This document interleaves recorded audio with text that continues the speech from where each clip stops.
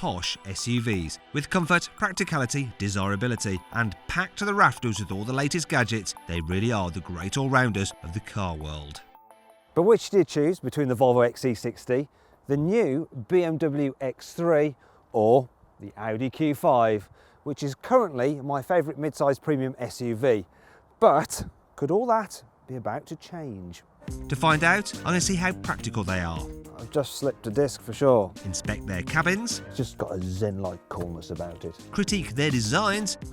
Look at the size of my nose. And hit the road to find out what they're like to drive. Vorsprung cost option. So, the Volvo XC60, it starts from £36,500, but with the carwow saving, you can get it on carwow for £32,500. And we move on to the Audi Q5. So its list price is just under £39,000. With the carwow saving, you can get it from just over £34,000. Now, finally, we come to the BMW X3. So it starts from £39,000. Though through carwow, you can get it from just under £38,000. Now, its discount is slightly less because this is a brand new vehicle, but things will change with time. That's why it's really important for you to click on the pop-out banner in the top right-hand corner of the screen or on the link below the video, so you can go to carwow, you can configure your ideal car, build it just as you want it, and see the offers that you can get back, all without having to haggle. So the XC60 looks the most tempting on paper, and it's pretty desirable in the style department too. Now, I remember the days when Volvos built boxes on wheels, but today they create some of the most stylish cars on the road, and I like the XC60 even more than its bigger brother, the XC90. I think it's just a smart looking thing, and if you want it to look sporty, you can get the R-Design version, but I prefer the inscription with its added bits of chrome trim. It looks a little bit more posh and upmarket, just like me. If sporty looks are your thing, then the X3 will be right up your street. I generally like the look of this new BMW X3. The back's nice, the side looks pretty pumped up and SUV-like, but then there's the front. I mean, what are they doing with these huge, big grills? It's like it's flaring its nostrils, like, hi, I'm a BMW X3, and look at the size of my nose. It may not be quite perfect, but it stands out more than the Q5. Audi is famous for its inoffensive, if rather unadventurous designs, and the Q5, well, it's kind of, yeah, does that very well. Not entirely sure why this car is fitted with those side running boards or a tacky Quattro sticker. I definitely wouldn't specify those. At least on the inside, the Audi isn't decked out with pointless accessories. This interior is all very, very nice. You know, it feels plush, feels solid. Look, you can't make that move at all, no matter how much you wobble it. Very sensibly laid out, very, very typically Audi.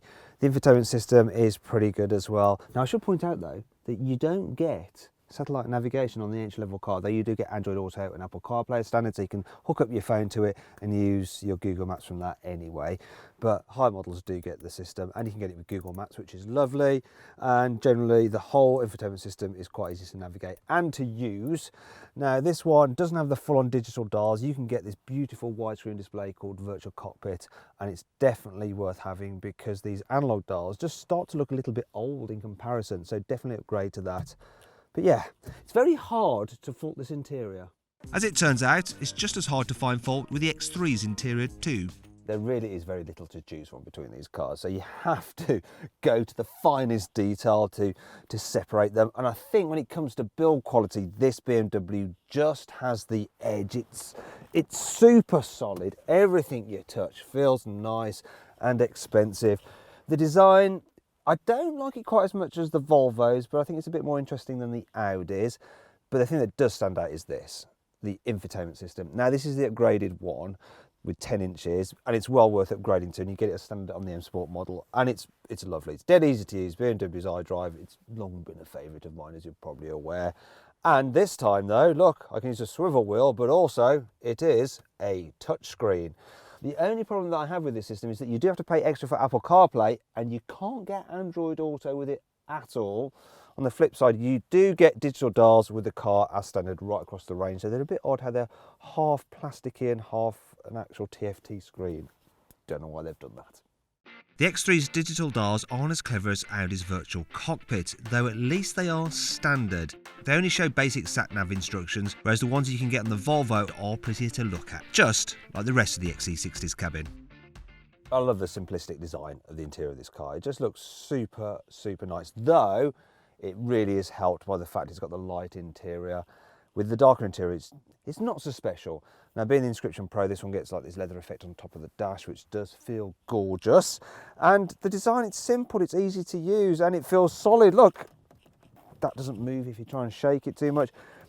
Quality is probably just a little bit below the Germans, maybe ever so slightly when you tap it, but there's not much in it. Infotainment system, it's a portrait style touchscreen, which it's not as easy to use as the systems in the Germans, just not quite, because it is a touchscreen only and it's a bit more tricky when you're driving along.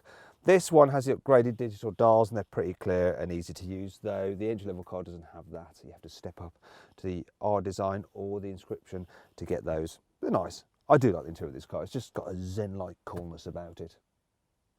I'm so chilled. And the good news is that the meditative feel carries over into the back seats. Now, if I had to do a long journey in the back of one of these cars, I would probably choose to go in the back of this Volvo. Now, it's not way ahead of the others. It just seems to just edge them ever so slightly. Just a bit more room, perhaps. I mean, one of the reasons it feels a bit more spacious is because this one's got the light leather interior, and it does help. So does that big glass sunroof. But it's also very, very spacious, as you can see. And if you need to carry three at once, this middle seat is actually pretty yielding. You know, you can travel with three people in the back of this car at once, and it's not too much of a hardship. In fact, it's the best in the back for three people because that centre seat is really comfy and the bench is wider than it is in the other two cars. If there's one small complaint, it's that the seat rails get in the way of your feet a little bit. By contrast, there's enough foot space in the back of the Q5 to keep a clown happy. There's absolutely plenty of room here in the back of the Audi Q5. Really nice and comfortable. You can stretch out and you can actually upgrade to seats which slide for more boot space or more legroom and recline as well. So very versatile rear seats. But of course you have to pay extra for those. This car doesn't have them. Oh well. The Audi has the least headroom here, but really, I'm being very picky because only a giant would feel cramped in the back of the car. But that same giant would be slightly happier in the back of the BMW. The X3 seems like quite a tall vehicle when you sat inside it. In fact, it seems to have more headroom than the other two. So if you need to give someone a lift who's got an extra long torso, they'll probably like it in this car the best. What you can also get is seats that recline. Look, unfortunately, you can't get them to slide forward and backwards, but yeah, it's not too bad. What is bad though is the centre seat. It's a little bit on the firm side, and yeah, out of the three cars, this BMW X3 is the worst for carrying three in the back at once. If you don't have to do that, you probably won't care. There's tiny differences in passenger space, but all three of these cars are perfect for young families. Each has big, tall doors which open wide, so it's dead easy to fit a child seat in any of them, even a bulky rear-facing one. When it comes to boots, this X3 is very impressive. So it's got a good size, but it's packed full of useful features. So the load cover is dead easy to remove. I really like the way it just slides in and out like that. And look, this underfloor storage, it's on gas struts, which is super posh. Feels luxurious. And I can store this load cover in here. There's some more storage under there. Put that down, you've got a flat load floor, no load lift. And I can fold the seats down from here and they go all the way down flat without me having to do anything. Easy. It's definitely the cleverest load area here, something that the Q5 can't quite compete with. Okay, it's nitpicking time, right? Because the Audi Q5 has a little bit of a boot lip, which, see, you can't just slide things straight out. You have to lift them a little bit. Ow, my back, I've just slipped a disc for sure. Of course I haven't. Another thing that's a little bit annoying is, while I like the fact that you can release the seats from here, you do have to lean in to push them down, which is like, oh, why can't they be spring-loaded? But the Audi bounces back when it comes to volume. It holds the same 550 litres as the BMW with the seats up, which is more than enough for a few suitcases. However, with the seats folded, there's slightly less room in the Audi than in the BMW, but not so it matters. But what about the Volvo? One of the Volvo's weakest areas is its boot. Now, it's by no means small, but it's definitely smaller than those of the other two cars. Also this parcel shelf, the way it operates, it just does my head in, and it can be, come on, there we go, a bit annoying to remove, and there's nowhere really to leave it in the car, so I'm going to leave it there like that. At least you've got a flat load bay and no load lip to carry stuff over. One thing that is annoying is that on this car I have to lean in to lower the seats. So, wish there's some levers just back here, make it easier, but this is a good thing. So this particular car has the optional air suspension, and you can raise and lower the ride height to make it easier for your little dog to jump into the boot. See? Good boy. But is the Volvo a best in breed out on the road? Or is it more of a dog's dinner? Now it's quite clear when you drive the Volvo that it definitely takes a slightly softer approach than the other two cars. And in town that's great, so it deals with bumps pretty well, and the steering's nice and light. Then at speed it kind of like wafts you down the motorway. Though I should point out that this car is on the optional air suspension, and I would recommend having that because it just gives the car an air of sophistication that you don't get with the normal suspension setup. That said, I still don't think it rides quite as well over bumps as the Audi Q5 with the air suspension, and it doesn't feel quite as solid or as grippy on the road as the BMW X3 either. And through the corners, this is the more wallowy car. That may not bother you at all, but I think when you back to back it with the two Germans, it just doesn't feel quite as solid or as sorted to drive. There's not much in it, but there is a slight difference. Now the engine on this one is punchy. It's the D5 2-litre diesel, 225 horsepower, and it's really good. A little bit noisy when you rev it out.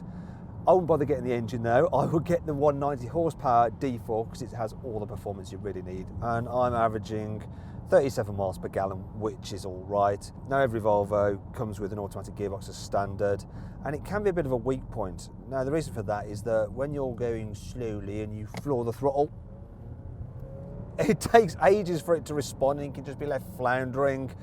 It's smooth enough though once you're cruising along.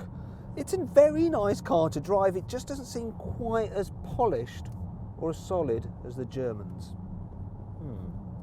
So how do the other two measure up? This Audi Q5, I mean, it's such a good all-rounder in the way that it drives. I mean, yeah, it probably isn't the sportiest of sports utility vehicles, but it goes around corners well. It's grippy with its quattro all-wheel drive. It feels sturdy, it feels secure. It's also comfortable, it's quiet at speed, it's easy to maneuver in town. What's not to like? The engines are good as well, so the diesel engines are good, the petrol engines are good. The mainstay of the range will be the 2-litre diesel, and Audi says it'll do about 55 miles per gallon, but you're more likely to get probably around 40 miles per gallon out of it. But it's smooth, it's quiet, and the automatic gearbox, it's responsive and smooth as well. Yeah, it's a good car. Hard to fault. Actually, I do have one complaint. If you go for the S-Line version, it comes on lowered stiffened suspension, and it probably feels a little bit firmer than it needs to, but you can ask your dealer to deselect that onto the comfort suspension. But if you're going to do that, why not go one better and pay about £1,000 for the optional adaptive suspension, which smooths out the bumps even better, and then maybe go one better still and pay £2,000 for the optional air suspension, and then this car just glides over bumps. It's like a luxury limousine, but of course you do have to pay for it. Such is the Audi way. Vorsprung cost option.